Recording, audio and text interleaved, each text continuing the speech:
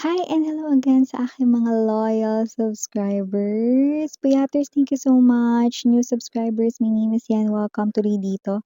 You can also bring your other loved ones, friends here, your jowa, your asawa right here, no, tara rito. At ngayon na alamin natin, no, mga babes, no, you versus your person. So alamin natin ang sitwasyon ninyo ngayon. Real-time energies mo at real-time energies ng person mo ang ating kukunin ngayon. Pero syempre, you know the drill. Pick up only the messages na nag-resonate for you. Leave the rest behind kasi baka yun for other viewers naman. At yun nga, wala tayo ditong gender, babae, lalaki, LGBT, lahat tayo welcome. At kung di pa alam, meron pa tayong isa pang channel ang Dalnim, which means Goddess of the Moon in Korean, parang High Priestess din. So doon ay nag-upload din tayo ng collective readings araw-araw, kahit anong zodiac sign mo, malaya kang makinig at manood doon. Timeless din ang lahat ng mga readings natin here and there, kaya naman kung interesado, click lang ang link sa description box ng reading na ito. So, let us see you versus your person here. Archangel Michael, thank you so much, Angel Guides. We're gonna put your person's energy here, and this is your person. And this is your energy. Person mo muna dito. Real-time energies ni collective at ng kanyang person ngayon, the one na nasa kanyang isipan ngayon. Thank you so much. Thank you so much again, Archangel Michael, Guardian Angels, ni collective.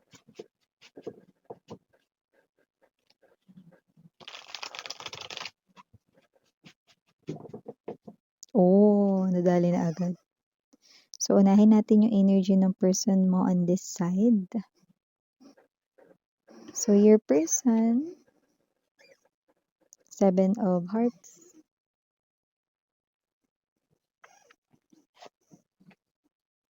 2 of Hearts, 3 of Hearts, the Magician or the King of Clubs. Energy mo naman dito, 4 of Spades, or the Death energy, Wheel of Fortune, 10 of Hearts, 3 of Clubs, 6 of Diamonds. Okay. Para sa inyong shared or common energy, bottom of the deck, 4 of Diamonds, and the Ace of Hearts. Ooh. Alas.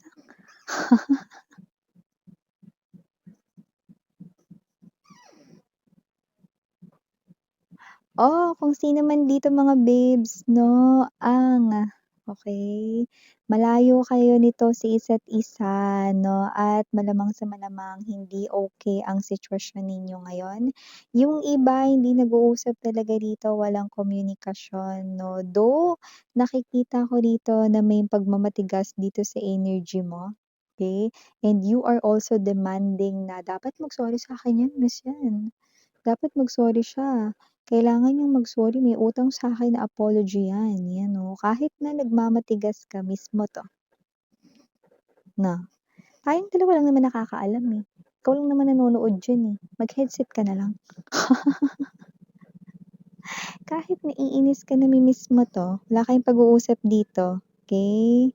Kahit buwisit ka sa kanya, may pagmamatigas dito, may resistance sa energy mo, pero siya, miss ka nito, parehas na parehas kayo, iniisip niyong isa't isa dito 'no. Though, nagkamali man ito with the 3 of Hearts right in here 'no, na posibleng siya ay nagkamali, nagkaroon ng iba. May gano'ng klase rin dito ng energy, just take only what resonates. Yung iba hindi nagkaroon ng iba, may mga kinakausap lang online. 7 of Hearts energy 'no, ano man yun, maaaring dun umiikot-ikot 'no, yung naging sitwasyon ninyo. Pero nami-miss ka nito, iniisip niya 'no, ikaw at ikaw iniisip mo rin siya rito 'no. So nakikita ko na itong tao na 'to 'no, with lots of hearts dito sa'yo kasi, with lots of red color, sa'yo kasi dalawa lang yung red, okey? So meron ka rin ditong dalawang black, the 4 of Spades and the 3 of Clubs 'no. So ibig sabihin 'no, parang 50-50 rito yung nararamdaman mo sa kanya. Parang ikaw yung energy na kung babalik, sige, tingnan natin. Kung magso-sorry, tingnan ko miss yan, kung labas ba sa ilong yung sorry niya or katanggap-tanggap ba, sige, tingnan natin. Yan o. Pero, yung person mo rito, all about love. Actually, nagkakaroon siya rito ng struggle. Pero tingnan mo kung makikita mo, this is magician energy. Though hindi man kayo nag-uusap ngayon, though wala man kayong pagkikita ngayon, nagpaplano siya rito ng mga gagawin niya. This person's manifesting you back. Kahit hindi niya alam kung paano kanya rito no, or anong gagawin niya rito sa'yo no, upang manumbalik kayo kagaya ng dati daw. This person is operating from the place of love with the red hearts dito. Puro puso, mahal. Tinan mo, puso. O, puso. 7 of hearts. Puso, 2 of hearts. The 2 of hearts no, ay panunumbalik rito no, ng inyong samahan. So nakikita ko rito na itong tao na to mga babes no, ay magbabalik sa buhay mo because 7 of hearts means U-turn din. Okay? And the 3 of hearts, union of two souls. Yan, no? So, definitely, puro puso rito. No? So, tong it's ang pig. Tong it's. Okay. So, nakita natin dito, no, that with the 2 of hearts right in here, this person here, definitely, inaalala niya at namimiss niya ang inyong samahan, relationship together, yan, no. So, nakikita ko dito, planning of union, pagpaplano sa pag-reunion ninyong dalawa, ng inyong souls. At nakikita ko rito, no, na itong tao na to, mga babes, no, ay taos-pusong hihingi ng tawad sa'yo kagaya ng gusto mong mangyari, yan 'no. Nakita ko rito 'no, na itong tao na 'to, siya yung tao ritong sineryoso mo sa love. With the 3 of clubs energy 'no, parang hinintay mo siya, pero parang sinasabi mo rito, "Tapos na akong hintayin 'yan, miss 'yan. Kota na yung paghihintay ko sa kanya." Tapos ngayon gusto niya na magparamdam, bumalik, ta's sabi mo nagpaplano siya rito 'no. Yan mga babes, sabi ko sa inyo, tayo-tayo lang. 'Di ba? Puwede kang maging totoo sa harap ko, 'yan 'no. Alam mo kahit na sinasabi mo na wala na, hinintay mo 'to, hindi mo tatanggapin 'yan 'no, nakita ko rito mahal mo pa, eh. Hindi mo pa lang nare-realize ngayon pero bibigyan mo pa ng isa pang pagkakataon 'yan, like super last chance niya na 'yun. 6 of diamonds energy, nami-miss mo rin siya, nami-miss mo rin yung dati niyong samahan, 'no. So, nakita ko rito 'no, yung parte ng kilig 'no, sa inyo rito 'no, na deepest desires 'no, at nakita ko rito yung parang sense of relief na parang mafi-feel mo 'no, na, akala ko talagang nakalimutan niya na ako, 'yan 'no. Akala ko talagang tapos na kami, 'yan. So, okey lang dito kahit magpabebe ka. Okey lang dito kahit magpakipot ka. Alam mo kung anong bottom of the deck? Ito man yung tao rito na nakasakit sa'yo, na damdamin. Ito man yung tao na binigo ka dahil siya'y nakikipag-usap sa iba dati or siya'y may naging ibang karelasyon dati 'no. With the Ace of Hearts, nakikita ko rito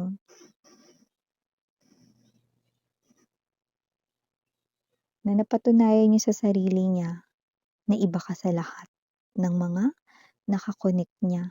4 of diamonds energy, hindi kayang tumbasan ng kahit na anong material na bagay or pera, ikaw. Ote, baka naman sinasabi niya lang yun miss yan para bumaba yung galit ko sa kanya. Hindi, kasi ito ay sinasabi niya sa kaibuturan ng kanyang heart at mararamdaman mo yun. That's why ito yung center ng energy ninyo both, okay? Nakikita ko ang pagtanggap dito sa side mo, pero hindi man agad-agad, pero nakikita kong mataas ang posibilidad na tanggapin mo siya ulit pabalik sa buhay mo. Let's see what's next. The Hanged Man, yeah. Ito yung klase ng energy na pag-iisipan mo because mararamdaman mo 'no, na itong tao na 'to 'no ay, parang gusto mo siyang bigyan ng pagkakataon ulit, okey? 7 of diamond, no? This person here will definitely steer your emotions and feelings, no? At mararamdaman mo yung mga sinasabi niya ay totoo, especially yung kanyang emotions dito para sa'yo. Two of diamonds, see? This is now partnership. This is now what we call partnership. Okay? So, kung gusto mo na pahirapan siya rito, go lang. Willing naman siya ditong i-win ang heart mo, tina-target niya rito ulit yun, okay? So yeah, pag-iisipan mo nga talaga itong mabuti pero tingnan mo, okay? Kung ano yung gusto mong mangyari sa taong ito, sa person mo na ito, yun yung mangyayari. Tsaka this is what you prayed for with the Wheel of Fortune.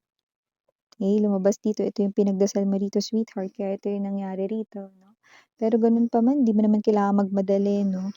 Okay, hayaan mo siya, hayaan mo siya.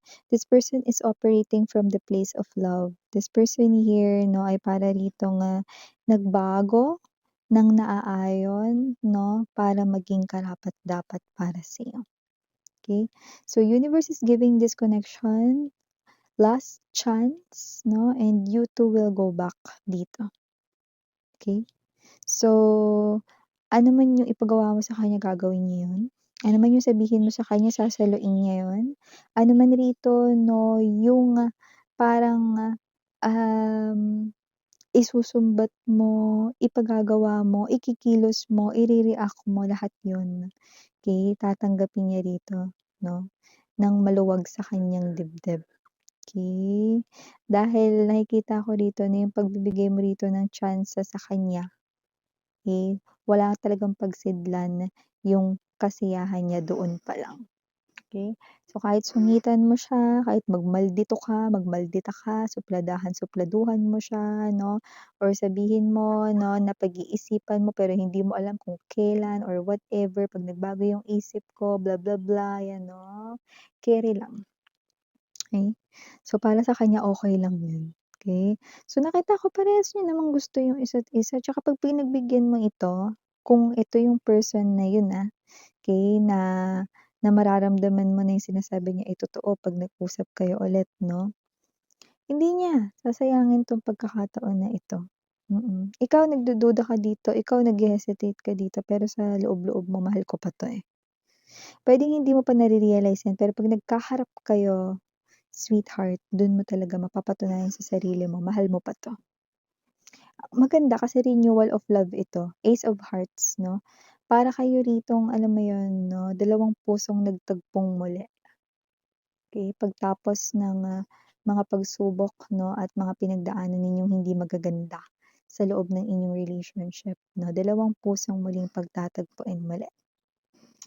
Wow!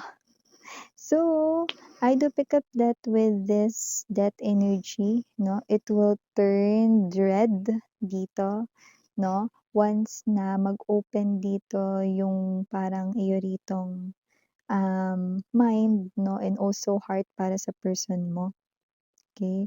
It is, something here na magiging new beginning na for the both of you in love, okey?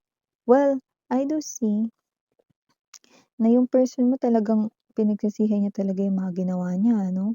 Talagang ang person mo dito 'no, ay lumalabas din talaga na nagbago dahil, sa inyo ritong separasyon 'no, dahil dito sa inyong pagkakawalay sa isa't isa 'no. Pero ang maganda, okey, itong person na 'to 'no, ay natuto na 'no.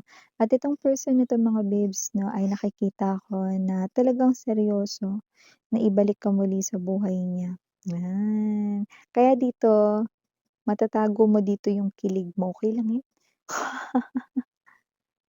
Kasi dito puwedeng hindi mo nare-realize na iniintay mo pa rin siya, kahit na parang sinasabi mo na dito na, "Tapos na ako maghintay diyan sa tao na 'yan, miss 'yan 'no." 'Yan. Okey lang maging totoo ka sa harapan ko. Alam mo naman sa channel na 'to 'no, wala tayo ritong judgment 'no. So, ano man yung nararamdaman mo, it's all valid, okey? Eh, ano naman, kung sinabi mo na sa lahat na ayaw mo na sa tao na 'yan, pero gusto mong bawiin 'yun, eh, ano naman pakinila, 'di ba? Nagmamahal ka lang, ang importante yung masaya ka, 'di ba? Huwag mo na isipin yung sasabihin ng iba, 'di ba? Saka nakikita ko 'tong dating mokong na 'to okey na ngayon. So, initials natin dito 'no, letter M, I, A, oh, Mia, okey 'no, dati siyang missing in action, ngayon ay nandidito na. O baka Mia talaga ang kanya ditong name or nickname, just take only what resonates 'no, pero maaaring first letters 'yan ng mga names niyo, M-I-A. So, we also have here D, T, H, J, and last but not the least, we have the small letter A.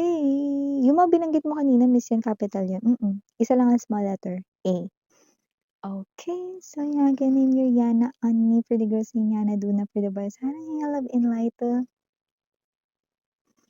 Ayun.